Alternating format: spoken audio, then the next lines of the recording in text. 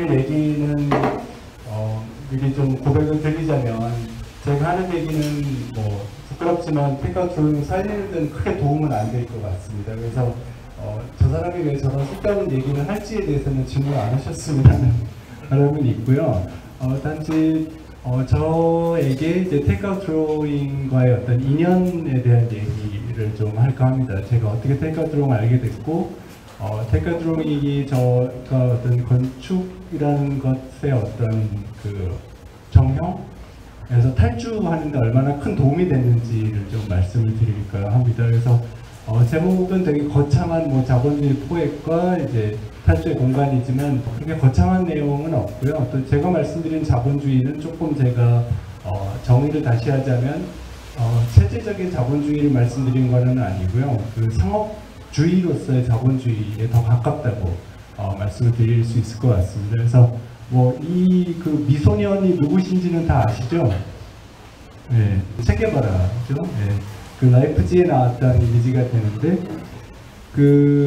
중요한 거는 저희가 체게바라를 알게 된 거는 어떤 역사적 사건이라기보다는 요 사진 한 장 때문이죠. 그래서 콜다의 이제 작품이죠. 근데 당시에 현장에서 찍은 사진이 되는데 이 사진이 주는 어떤 굉장한 효과라든가 뭔가 우리가 기대하는 혁명가의 어떤 그 눈길이라든가 뭔가 알 수 없는 우수라든가 그런 것들이 담고 있는 아주 묘한 사진입니다. 근데 실제로 저희가 알고 있는 사진은 요 사진이 아니고 이걸 크롭한 요 사진이죠. 뭐 지금은 저희가 체게바라를 되게 흔하게 이제 볼 수가 있지만 1960년대 이 사진을 찍은 후에 실제로 유명하게 된 거는 1967년, 68년 돼서 이제 유명하게 되죠. 그래서 알려진 거는 바로 그 체게바라가 이제 볼리비아에서 혁명할 때 당시에 이제 일기를 이제 책을 출판하면서 이 사진이 이제 서방 세계에 알려지게 됩니다. 왜 그랬는지는 잘 모르겠지만 이 사진이 가지고 있는 힘이 있습니다. 하지만 저희가 실제로 이제 체게바라를 접하게 되는 것에 중요한 역할을 한 거는 이 책이 아니죠. 예. 책이 아니고 피츠패트릭이라고 하는 아이리시 예술가의 포스터로 더 유명하게 됩니다. 그래서 이 포스터는 굉장히 효과적인 게 일단 굉장히 저렴하게 찍을 수 있다는 게 중요합니다. 흑백만으로 이제 저희가 체게바라의 어떤 이미지를 포획할 수 있을 뿐만이 아니라 그 체게바라의 어떤 느낌이라든가 이제 그런 것들을 담아낼 수 있는 게 되죠. 근데 재밌는 거는 바로 그 자본주의의 어떤 무서움 중에 하나는 심지어 그렇게 체제를 제복하고자 하는 것조차도 사실은 포획할 수 있는 능력이 있다는 거죠. 그래서 그 어떤 계기라든가 중에 하나 앤디 워홀의 이제 스텐슬 작업이 있고요. 네. 그리고 지금은 여러분이 너무나 쉽게 사서 입을 수 있는 티셔츠가 있습니다. 이 티셔츠를 입는다고 해서 여러분이 혁명가가 되는 건 아니죠. 그냥 뭔가 있어 보이는 느낌들이 있습니다. 그래서 왜 이 사람 우리가 있어 보이는 걸 집착을 하는지 한번 여쭙고 싶은 거죠. 근데 티셔츠로 끝나는 게 아니죠. 네. 뭐 온갖 버전이 다 있습니다. 뭐 앱솔루트 버전도 있고요. 이거는 에너지 드링크죠. 카페인 드링크도 있고요. 그리고 조금 더 유명한 유명한 밥스메이드에서 만든 스티커에서도 이제 체게바라를 발견할 수가 있죠. 결국 체게바라의 어떤 혁명적 사상이라든가 그런 것들조차도 자본주의는 포획을 해서 상품화시킬 수 있습니다. 그렇다고 하면 이제 체게바라의 혁명적 어떤 사상이라든가 그리고 우리가 원했던 어떤 유토피아는 도대체 어디서 찾을 수 있는지 제가 이제 여쭤보고 싶은 거죠.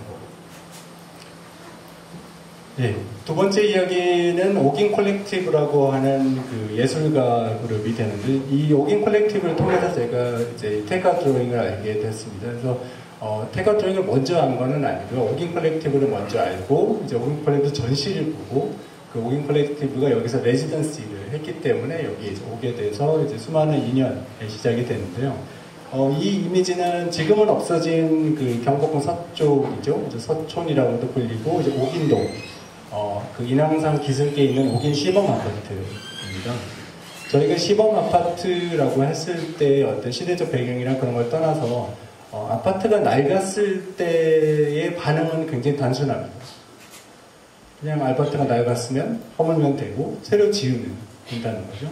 예를 들어서 여러분이 어떤 동네에서 한옥이 있거나 아니면 근대 유적이 있거나 그랬을 때는 좀 낡아도 여러분 다시 한번 생각을 하게 돼요. 그냥 그거는 뭔가 가치가 있지 않을까라는 생각을 했는데 70년대 이후 이 건물도 그렇지만 지어진 어떤 시범 아파트는 저희가 일상적인 어떤 건축적 가치를 찾기는 거의 불가능하죠. 이게 무슨 건축적 가치가 있겠어요. 그렇기 때문에 그냥 당연히 허물어버리고 더 좋은 걸 짓는 게 좋고요. 그리고 모기 시범 아파트 같은 경우에는 또 인왕산 기슭의 어떤 조망을 가리고 있기 때문에 당연히 허물어야 되는 게 너무나 당연한 거죠. 큰 틀에서는 뭐 자본주의 내에서 돌고 도는 그 이상의 가치는 없습니다. 그래서 이런 상태입니다. 이게 무슨 건축적 가치가 있을지 올라가면서 계속 고민을 했죠. 방금 허물어질 만한 건물이고요. 그런데 그냥 묘한 느낌들이 있더라고요. 그러니까 아파트라고 하는 것의 기본적인 어떤 존재 이유는 사람이 사는 것입니다. 사람이 살지 않은 아파트는 어떤 의미에서 건축이라고 얘기할 수가 없어요. 그러니까 원래 용도를 모두 잃은 어떤 구조물을 저희가 뭐라고 부를 수 있을까요? 그러니까 그런 상황에서 저한테 묘한 울림이 있었습니다. 이게 도대체 뭐지? 그러니까 저에게 이 철거라는 단어조차도 너무 초현실적으로 느껴지는 거예요. 시뻘건 단어들.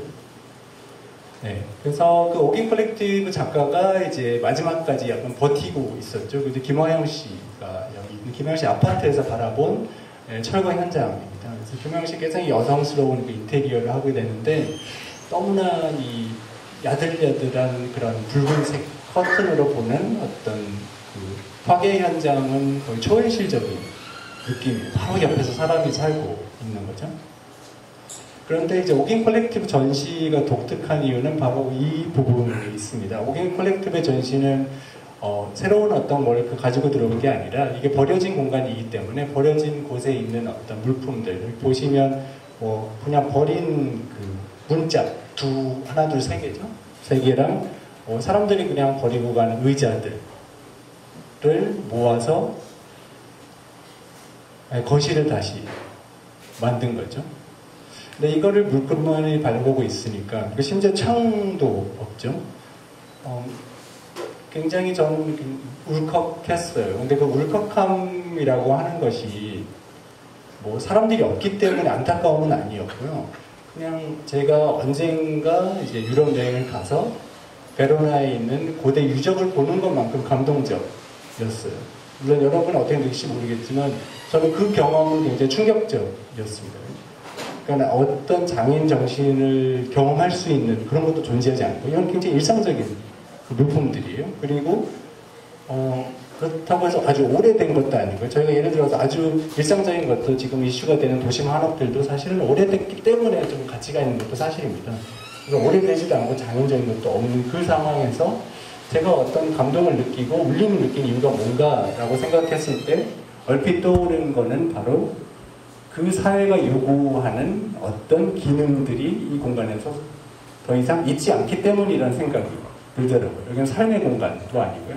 모든 게 다 사라지고 그리고 삶의 방식이라고 하는 것도 그 시대가 요구하는 방식들이 있죠. 그런 흔적들 사실은 다 사라지고 껍데기만 남아있는 상황이 아닌가 싶은 생각이 들더라고요. 그래서 어떤 의미에서는 이 상태는 뭐 이 테크아웃 드로잉과 비슷한 맥락이 되겠지만 뭐 자본주의라고 하는 시스템에서 사실은 유해된 공간이라고 말씀드릴 수 있을 것 같아요. 그러니까 자본주의의 어떤 그 아직 넘어가지 않은 상황이죠. 이게 사람이 사는 데도 아니고 도대체 뭘까 싶은 생각이 듭니다. 네, 그리고 이렇게 고스트바라는 것도 만들어서 말 그대로 고스트바에 아무도 없습니다. 저 반듯한 저 레터링도 굉장히 좀 초현실적이죠. 그리고 길거리에 나오면 그냥 버려진 창 하나를 이렇게 딱 잡아서 실제로 여기에서 무료로 따뜻한 사케를 줬습니다. 그래서 굉장히 추울 때였는데 뭐 모르겠어요. 제가 아마 술 때문에 우리 감동을 받았을 수도 있을 것 같은데요. 일단 올라가기 전에 따뜻한 사케를 먹고 올라가게끔 만드는 부분들이 있는데 이게 도대체 뭘까? 이게 예술인가요? 잘 모르겠어요. 근데 이거를 예술이라는 어떤 틀, 내지는 기준, 내지는 항목을 포획되지 않는 어떤 것이라고는 제가 말씀드릴 수 있을 것 같아요.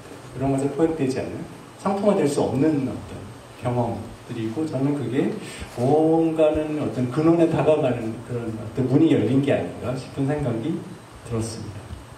네, 그리고 이런 유의적 공간들이 있죠. 이제 옥상에 올라가면은 이 페트병도 이 현장에서 다 이제 모은 페트병이라고 합니다. 그래서 거기에 살짝 물을 채운 다음에 누군가 버리고 간 볼링공으로 이제 게임을 하는 거죠.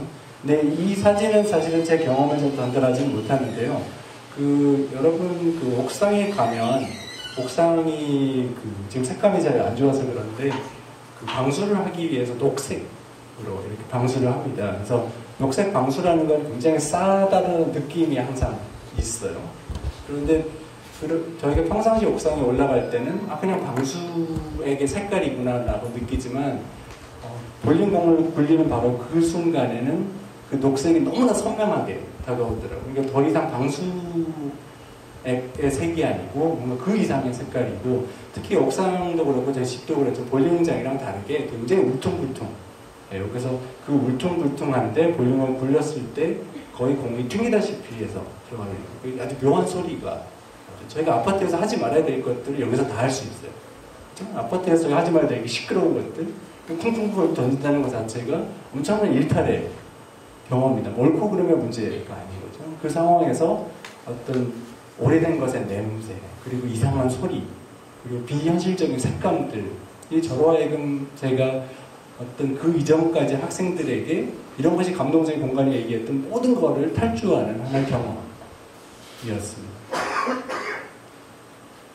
네, 그리고 지금은 어떻게 되어 있냐면 이렇게 시원한 수정동 계곡으로 되어 있죠. 네. 시원하죠? 모르겠습니다. 저에게는 감동은 없어요. 잘 모르겠습니다. 이게 옳은 건지 아닌 건지. 그리고 이거는 지금 종로구에서는 아주 중요한 관광 자원으로 홍보를 하고 있습니다. 그러니까 어떻게 보면 이전에 그 유해된 공간이 없어짐으로써 또 다른 어떤 상품화할 수 있는 거리가 이 지역에 생긴 거죠. 그리고 이 모델은 뭐냐면 정선의 수성동 계곡입니다. 정선의 수성동 계곡 그림만큼 또 우리 현대사에서 상품화된 그림도 많지 않습니다.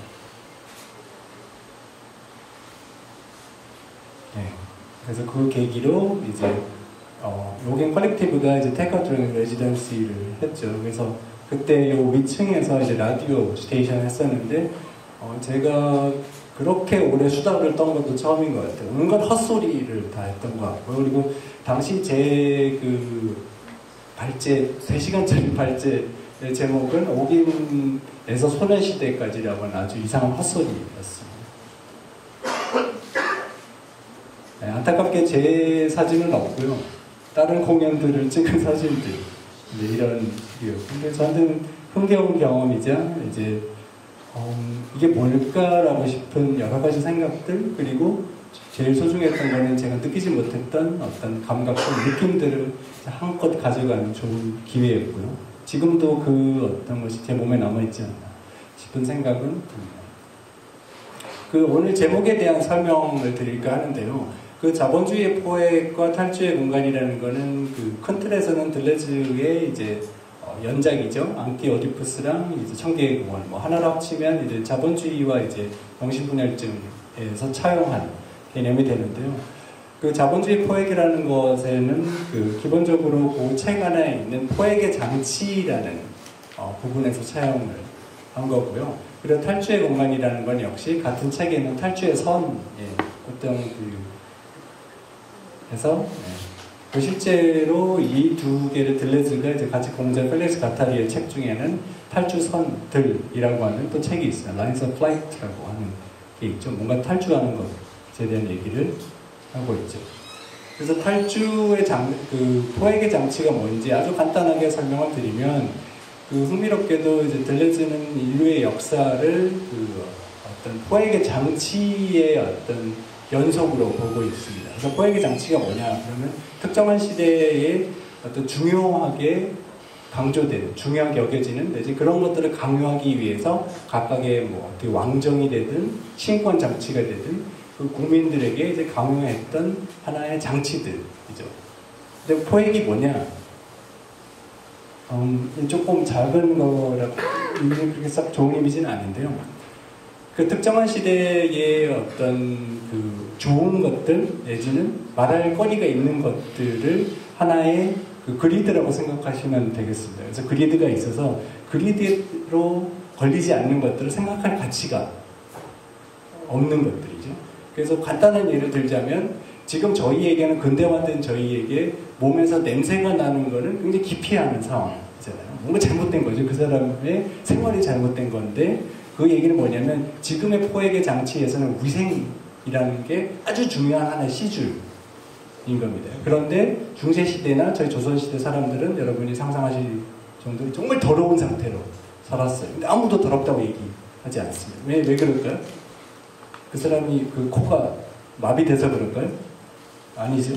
그 어떤 시대의 포획의 장치가 너무나 효과적으로 그 사람들에게 체화되어 있기 때문이에요. 그러니까 냄새가 나는 것 자체가 중요한 게 아니고 모두가 다 냄새가 나는 상황에서 여기 필요가 없는 거죠. 그래서 들레즈는 이거를 또 다른 단어로 사용을 하면 이제 평화로운 공간과 홈페인 공간이라고 얘기를 합니다. 그래서 어떤 특정한 시대에 이제 홈이 패여 있으면 여러분 거기다 뭔가 동그란 걸 넣으면 그 물체가 홈으로 들어가잖아요. 절대로 뾰족한 데 있을 수가 없죠. 그러니까 여기 가치가 없는 것들이잖아요. 그래서 그런 가치들이 시대에만 달라지는데, 근데 재밌는 거는 이제 자본주의의 포획의 방식은 전혀 다른 방식으로 작동을 한다는 거죠.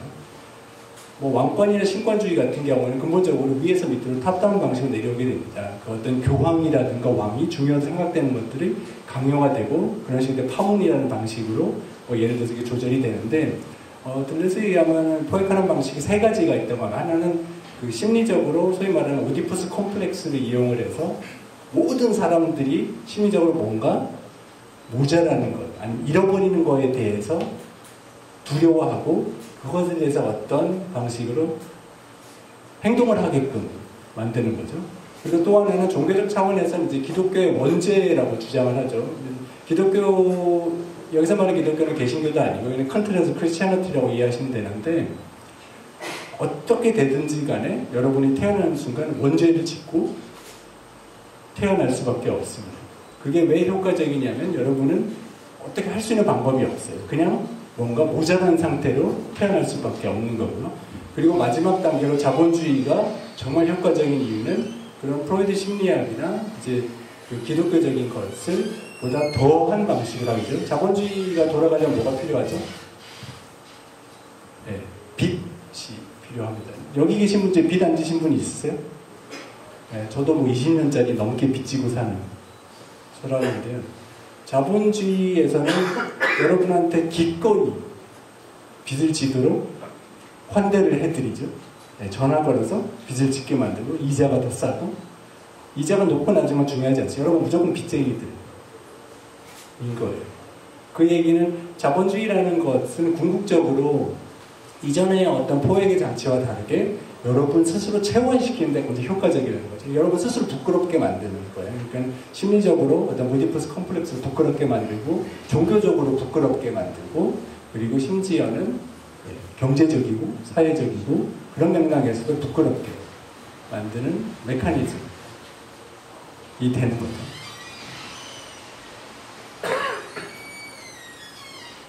그래서 탈주의 문제는 바로 어디에서 나오냐면 탈주라고 거창한 말을 하지 않더라도 저희가 항상 욕구가 있습니다.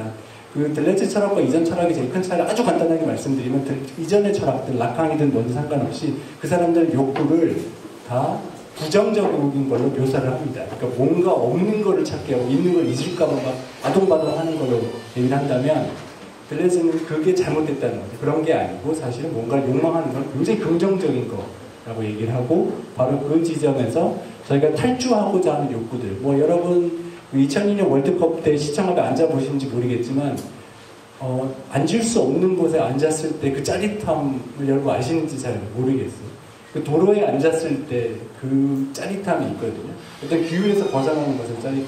그러니까 그건 저희가 모자라서가 아니라 저희가 태생적으로 뭔가 탈주하고자 하는 욕구가 있고 그걸 어떻게 하든지 구현하려고 하는 거죠. 그래서 뭐 들레즈 좀 아시는 분들은 리조임을 아시겠지만 뭐 탈주에서는 리조임이라고 이해하셔도 될 것 같고요. 그래서 아주 재미있는 탈주, 그 포획의 장치를 말씀드리려면, 그렇기 때문에 탈주한다는 걸 다른 말로 말씀을 드리면, 아까 있어 보이는 거가 돼요. 있어 보이는 거는 또 다른 말로 하면은 뭔가 새로운 거가 됩니다. 저희는 새로운 거에 거의 환장하죠. 저도 마찬가지고. 이게 살 수 있는 거든지 아니면 예술가로서 뭔가 새로운, 예술가는 항상 지금의 예술 활동과 과거 예술 활동의 차이는 그거죠. 옛날의 예술 활동은 장 정신으로 구현할 수 있는 거라면, 제가 봤을 때 지금의 예술가들은 태생적으로 뭔가 새로운 걸 하지 못하는 것을 굉장히 불안해하는 것 같다는 느낌이 들어요. 그리고 저희도 새로운 예술 작품에 굉장히 이제 감동을 얻고 그렇게 되는데, 그러니까 자본주의는 그런 새로운 것을 쫓는데 아주 효과적입니다. 그래서 여기랑 연관된 분이죠. 강남스타일이라고 왔을 때, 저는 강남스타일을 처음 유튜브에 떴을 때 정말 이런 노래가 있을 수 있다고 상상을 하지 못했어요. 그래서 제가 너무 충격이고 너무 기분이 좋아서 그걸 제 페이스북에 링크를 걸었는데, 세상에 그렇게 전 세계적인 인기가 있을지 몰라서. 강남스타일이 왜 그렇게 히트를 했을까요? 강남스타일은 아주 묘합니다. 아주 천박하고, 그렇지만 아주 고급스러운 부분들이 있고요. 또 노래도 장르도 굉장히 묘합니다. 이거는 랩도 아니고요. 이상한 경계에서 뭔가 여러분이 음악이라고 생각하는 것을 더 치고 나가는 어떤 새로운 게 있죠.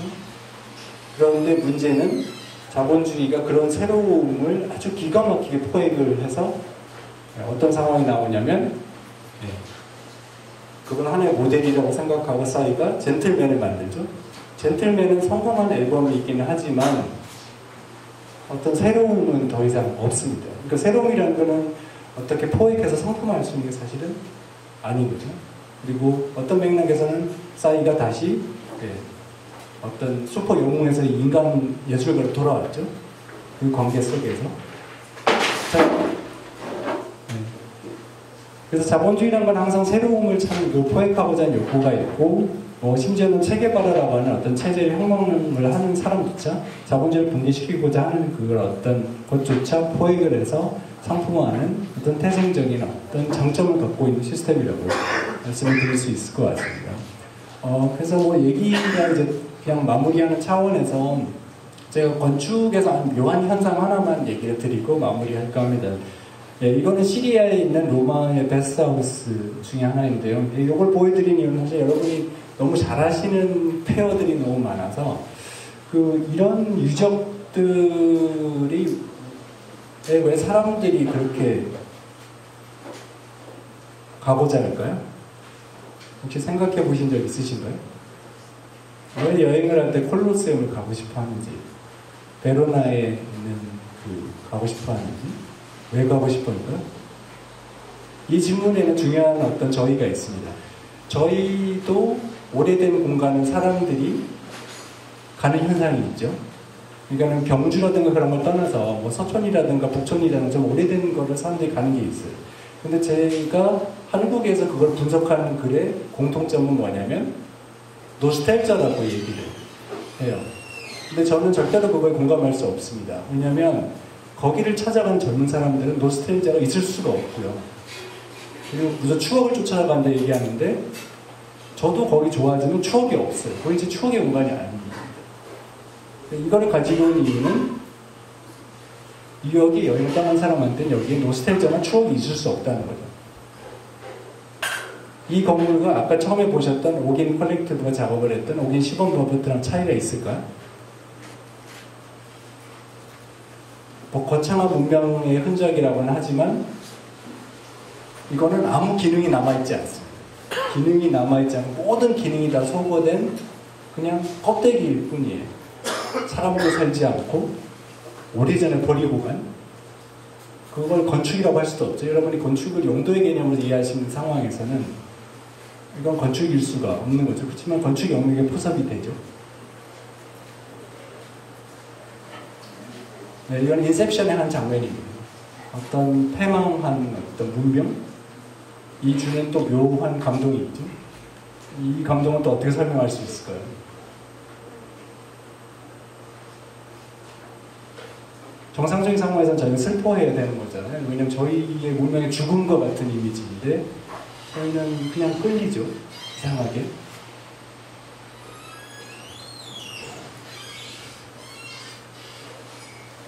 이 작품은, 이 건물은 솔크 인스티튜트라고 하는 연구 건물입니다. 굉장히 유명한 그 건축가들이 제일 좋아하는 사례 중에 하나죠. 그 루이스 칸이라는 건축가가 1958년인가요?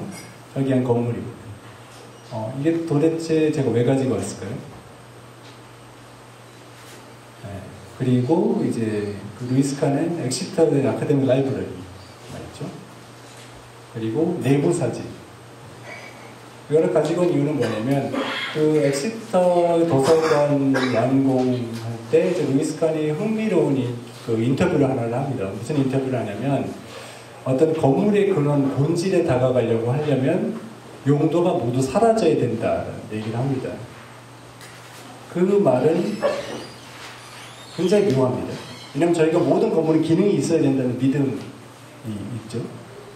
그런데 자기의 건물은 자기가 비록 어떤 도서관이라는 용도를 주었지만 진정한 그문에 다가가기 위해서는 그런 기능들이 다 소거된 어떤 상황이지만 본질에 다가갈 수 있다고 얘기를 합니다. 그리고 거기서 끝나지 않고 루이스 칸은 자신의 건물의 껍데기를 뭐라고 설명하냐면 건물을 둘러싼 폐허들이라고 설명을 합니다. 이게 폐허인가요? 폐허는 사실 아니죠. 아니지만 루이스 칸의 건물의 외피는 아주 묘합니다. 그러니까 굉장히 오래된 듯한 느낌도 들고 고대 연물의 유적 같은 느낌도 들고요. 이것도 영구동 건물이라고 하지만 여러분이 그냥 잠결에 살짝 보시면 오래된 문명의 어떤 유적 같은 느낌이 듭니다. 근데 그게 어떤 재질의 문제는 아닐 거라는 거죠. 예, 그리고 마지막 슬라이드가 되는데 이제 인디안 그 스쿨 오브 매니지먼트의 이면이죠. 그러니까 여러분이 이걸 보셨을 때 이게 과연 현대 건축인지 고대 건축인지 알 수 있는 방법들이 없죠. 그 루이스 칸이 하고자 했던 얘기가 도대체 뭘까요? 폐허라고 하는 것, 기능이 소거됐다고 하는 것. 아마도 제 생각에는 뭔가 형언할 수 없는 어떤 상태를 얘기하고자 하는 것 같아요.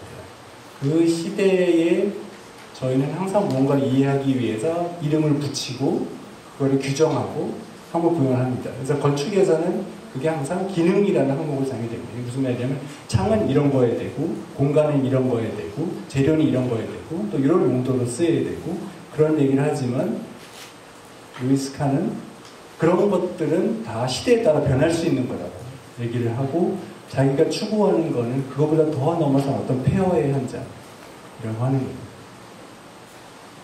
제가 생각했을 때 이 공간도 사실 폐허예요. 뭐 약간은 역설적으로 지금 사태 때문에 더 폐허가 된 부분도 있기는 하지만 왜 폐허이고 탈주의 공간일 수밖에 없냐면 저는 이 테이크아웃 드로잉을 어떻게 이해해야 되는지 잘 모르겠어요. 이 싸이 사건이 일어나기 전에도 이거를 건축적으로 어떻게 설명해야 되는지 그리고 저는 제가 뭐 한 2년 전에 서울 공간의 기억, 기억의 공간이라는 책을 냈고 사실 출판사에서 제 기억의 공간들을 이렇게 저술을 할 때 꼭 넣었으면 하는 게 이태원이었어요. 근데 제가 거의 1년 내내 고민을 하다가 이태원에 대한 글을 쓰지 않겠습니다. 라고 얘기를 했습니다. 그 이유가 뭐냐면 제가 이태원을 이해할 수 있는 어떤 키워드도 제가 만들어낼 수가 사실 없었어요. 그러니까 20개 꼭지를 보면 각각의 공간들을 이해할 수 있는 키워드들이 다 있는데 그러니까 저에게 이태원을 이해할 수 없었다는 것은 그 이태원 자체가 가지고 있는 어떤 탈주의 속성이라는 거죠. 뭔가를 규정되지 않고 그런 힘들. 그래서 이 사건이 일어났을 때 저는 제 트위터에 어떻게 얘기를 했냐면 정말 그 테이크아웃 드로잉이 없어지는 것은 어떤 이태원의 영혼이 없어지는 것 같다라고 제가 글을 올렸습니다. 제가 생각했던 영혼은 어떤 초현실적인 그런 게 아니고요. 그 영혼은 알 수 없는 그런 정말 저 너머에 있는 그런 것들을 의미로 저는 종종 사용하고는 합니다.